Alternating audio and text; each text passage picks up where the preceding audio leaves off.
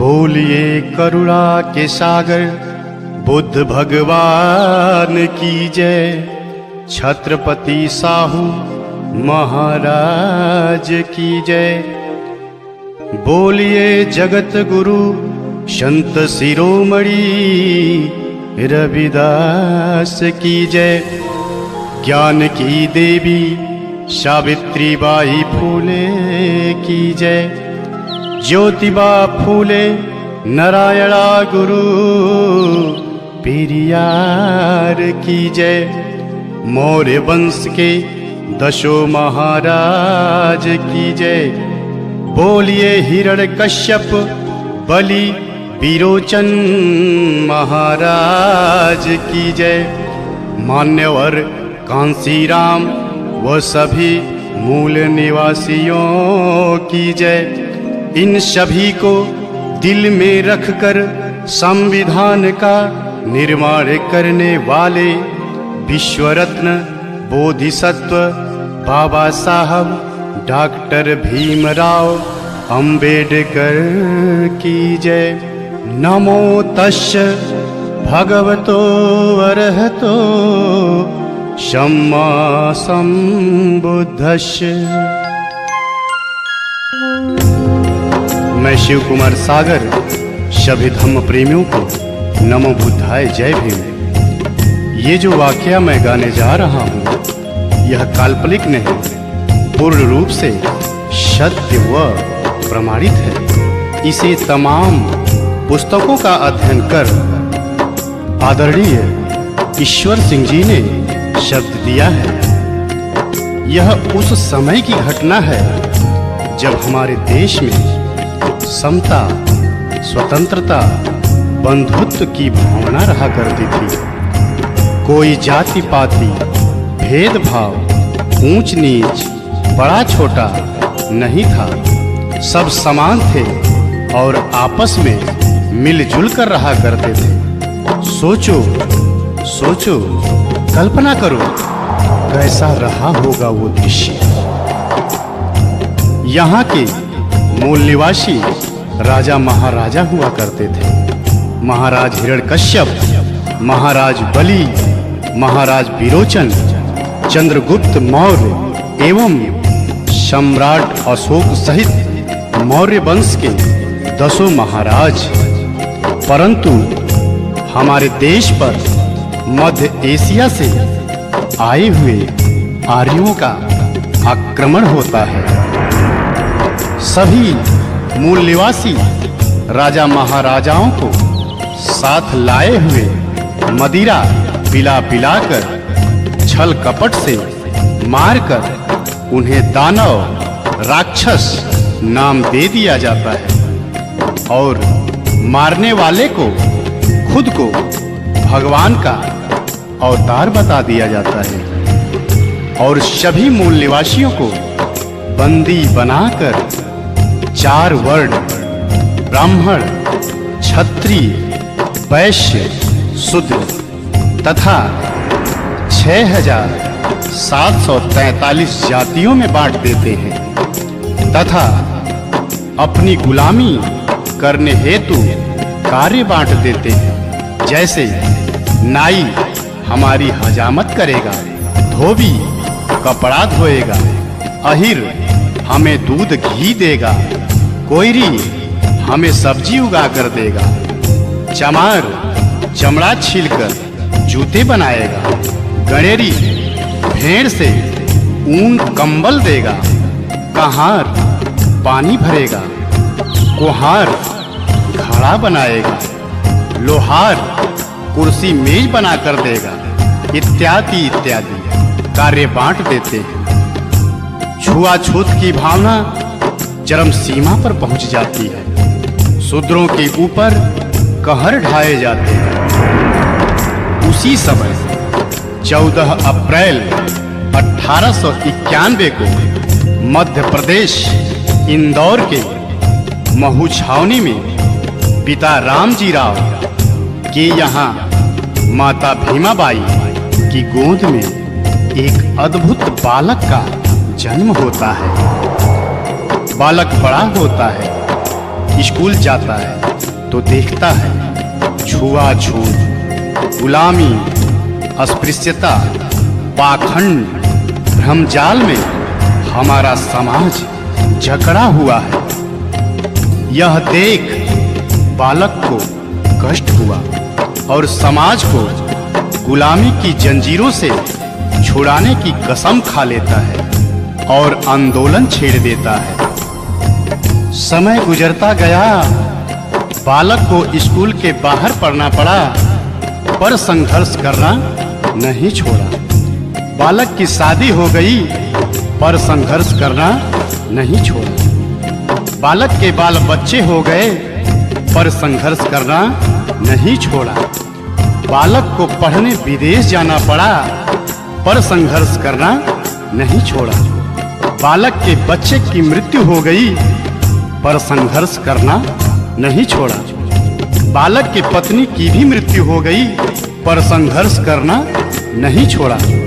वो बालक अमेरिका के कोलंबिया, लंदन के यूनाइटेड किंगडम, जर्मनी के वान विश्वविद्यालयों से 6 विषय से MA, MSc, MPhil, PhD, DSc, DLiD, बार एट लॉ, LLB कर बैरिस्टर बने। उस बालक का नाम था संविधान निर्माता, विश्व रत्न, बोधिसत्व बाबा साहब डॉक्टर भीमराव अंबेडकर। जगत में कैसे हुआ महान, जगत में कैसे हुआ महान। महू नगर इंदौर में जन्मा, महू नगर इंदौर में जन्मा एक दलित इंसान। जगत में कैसे हुआ महान, जगत में कैसे हुआ महान। जगत में कैसे हुआ महान, जगत में कैसे हुआ महान।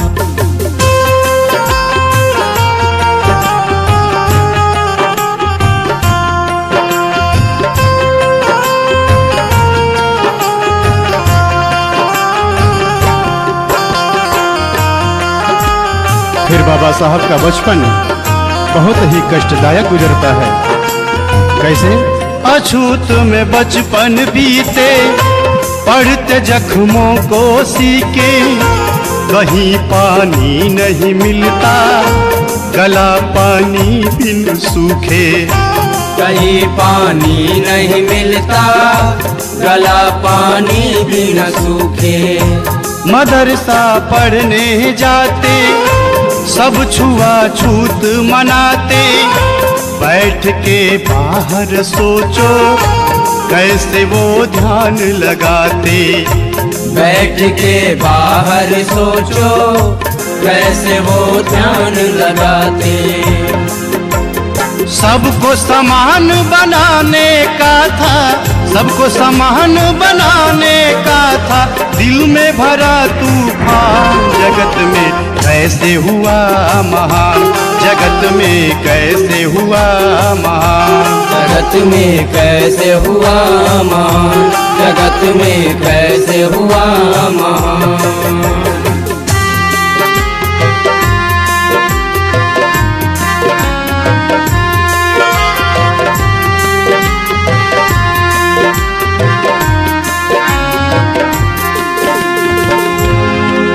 बाबा साहब को स्कूल के बाहर बैठने दिया जाता था। प्यास लगने पर पानी नहीं दिया जाता था, पर साहब पढ़ते रहे। फिर बाबा साहब की शादी रमाबाई से हो जाती है, बाल बच्चे हो जाते हैं। बाबा साहब संघर्ष करते हैं। एक बार बच्चे को डबल निमोनिया हो जाता है और बच्चा बीमार पड़ जाता है। बाबा साहब को खत मिलता है। खत में क्या लिखा होता है? बेटे का स्वास्थ्य है गड़बड़, साहब तुम जल्दी आओ। पास पैसे नहीं मेरे, आके इलाज कराओ। पास पैसे नहीं मेरे, आके इलाज कराओ। पर बाबा साहब क्या करते हैं? तार जब फिर से आया, संदेशा गंभीर पाया। घर पे तब पहुँचे साहब आँख से आंसू आया।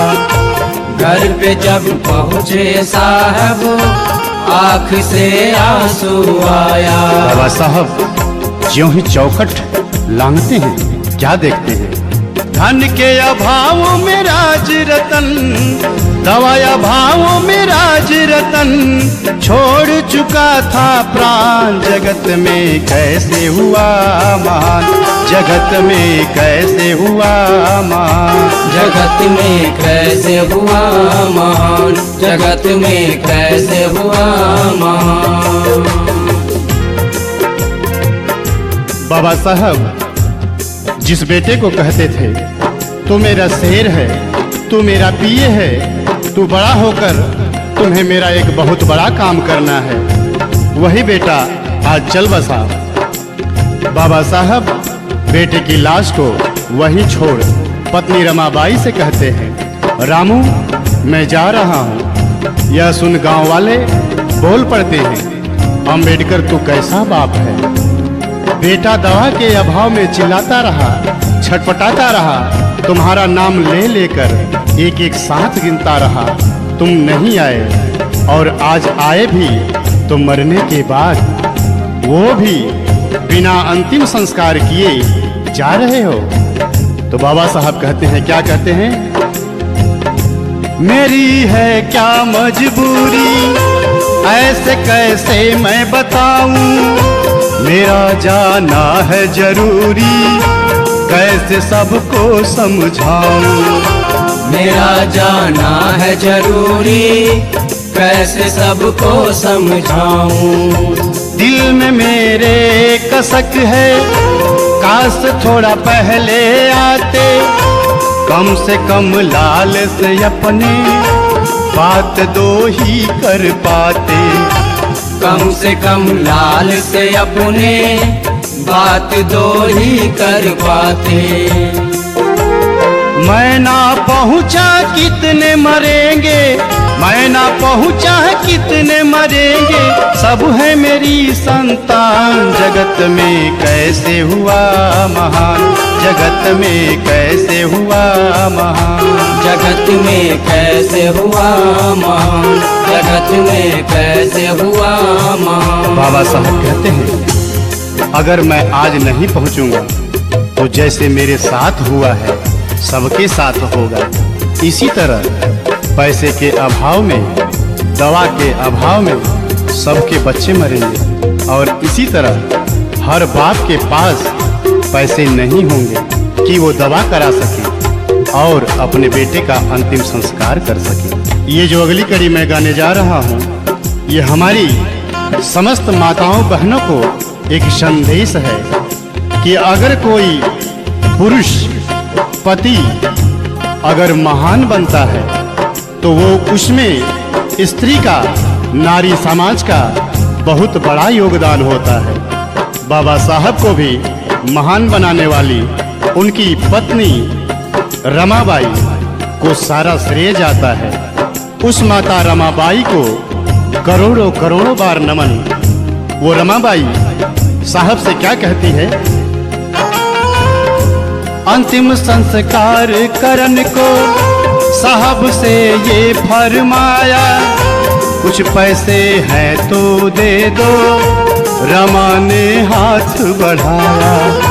कुछ पैसे हैं तो दे दो, रमा ने हाथ बढ़ाया। लेकिन होता क्या है? रमा की बात ये सुनकर साहब ने फफक के रोया।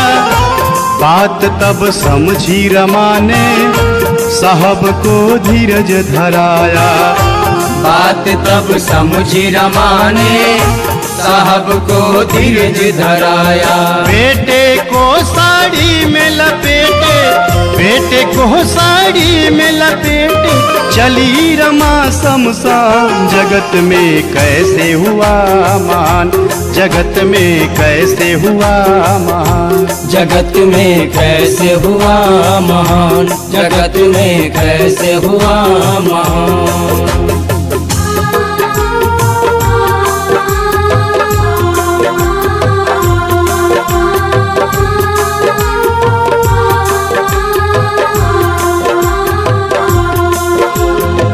बाबा साहब बड़े होते हैं। उस मनु का विधान मनु स्मृति लागी होती है, जिसमें शूद्रों को, अछूतों को रात को, दिन को 12 बजे ही घर से निकलना होता है, ताकि उनकी परछाई किसी पर न पड़ जाए, वो अशुद्ध न हो जाए।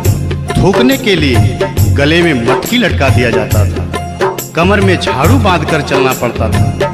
यहाँ तक कि नारियों को भी बंदी गुलाम बना लिया गया था। पति की मृत्यु के बाद पत्नी को चिता पर जिंदा जलना होता था, जिसे सती प्रथा नाम दिया गया था। शूद्रों को धन रखने का अधिकार नहीं था, अपने बच्चे का नाम रखने तक का भी अधिकार नहीं था। लेकिन बाबा साहब ने 19-20 मार्च को 1927 को महाड़ सत्याग्रह आंदोलन करते हैं, जो पानी के लिए होता है। उसके बाद 25 दिसंबर 1927 को बाबा साहब अपने साथियों के साथ उस मनु स्मृति को जलाते हैं। मनु स्मृति को जलाया, विधवा का ब्याह कराया, पति संग चिता पे जलना, सती ये प्रथा मिटाया। पति संग चिता पे जलना, सती ये प्रथा मिटाया। कमर से झाड़ू हटाया, गले से मटकी हटाया, सभी को शिक्षा का हक मेरे साहब ने दिलाया। सभी को शिक्षा का हक मेरे साहब ने दिलाया। बंद कर दिया साहब ने, बंद कर दिया साहब ने उस मनु का विधान। जगत में कैसे हुआ महान, जगत में कैसे हुआ महान, जगत में कैसे हुआ महान, जगत में कैसे हुआ महान।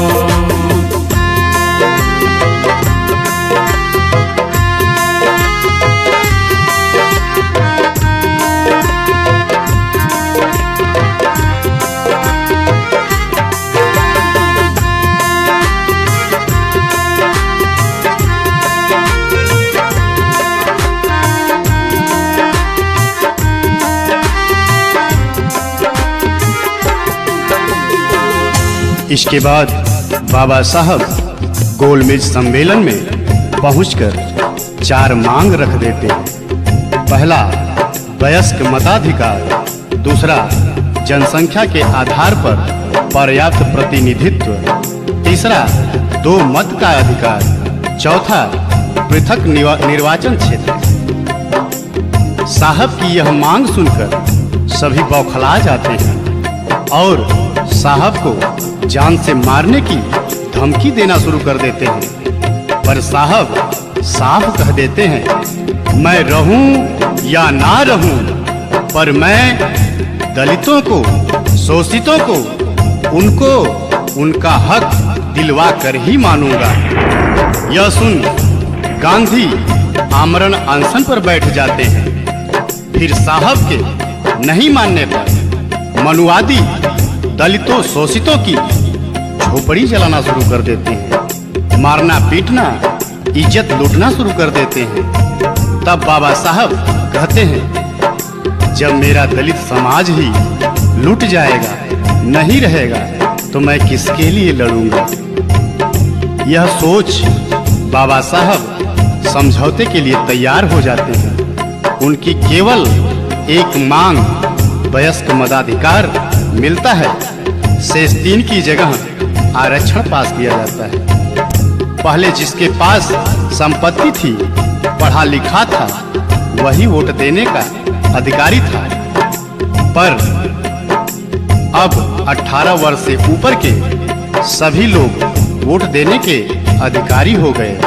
वहीं से हमारा समाज नौकरी चाकरी पाने लगा।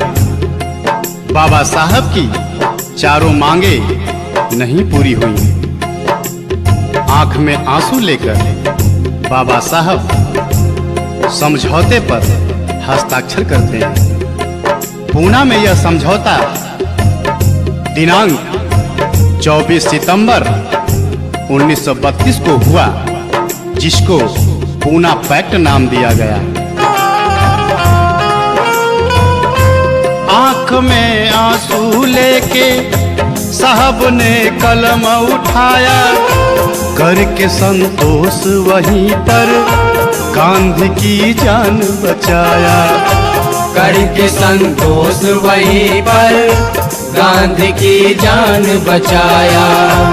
जान पे खेल के अपनी साहब ने हक ये दिलाया, दलित भाई और शोषित जाके तब कुर्सी पाया। दलित भाई और शोषित जाके तब कुर्सी पाया। ISPCS आज बन रहा, ISPCS आज बन रहा, CM PM प्रधान। जगत में कैसे हुआ महान, जगत में कैसे हुआ महान, जगत में कैसे हुआ महान, जगत में कैसे हुआ महान। यहीं से हमारा दलित शोषित समाज नौकरी हेतु कुर्सी पाना शुरू हुआ, पर हमारा समाज नौकरी पाकर उस बाबा साहब को भूल जाता है और जाकर मंदिर मस्जिद में मत्था टेकता है। ये शिव कुमार सागर धिक्कारता है ऐसे नौकरी वालों को, ऐसे कुर्सी वालों को, जिसके हृदय में जुबां पर बाबा साहब का नाम नहीं। ये वाकया गाने में हृदय रो रहा है, रोम रोम रो रहा है। आगे बाबा साहब की पत्नी रमाबाई बीमार पड़ जाती है। बाबा साहब रो रो कर रमा से कहते हैं, रामू, तुम्हें जो रोग हुआ है उसके दुनिया में बहुत डॉक्टर हैं, पर मेरे समाज को जो रोग हुआ है उसका केवल और केवल मैं ही डॉक्टर हूँ, मुझे क्षमा करना। पत्नी का भी इलाज बाबा साहब पैसे व समयाभाव के कारण नहीं करा पाते और दिनांक 27 मई 1935 को पत्नी रमाबाई भी चल बसी। इसके बाद 13 अक्टूबर 1935 को बाबा साहब सिंह गर्जना करते कहते हैं, मैं एक हिंदू अछूत पैदा हुआ, ये मेरे बस में नहीं था, पर मैं एक हिंदू के रूप में नहीं मरूंगा, ये मेरे बस में है। और बाबा साहब दिनांक 14 अक्टूबर 1956 को नागपुर में अपने 5 लाख अनुयायियों के साथ बौद्ध धर्म ग्रहण करते हैं। इसके बाद दिनांक 6 दिसंबर 1956 को साहब इस दुनिया से हमसे सबसे विदा ले लेते हैं। वो 3 बात समझा के गए, वो 3 बातें क्या है? साहब का कथन है सच्चा, शिक्षित और संगठित हो जा, जान लो अपने हक को, मिल के संघर्ष किए जा।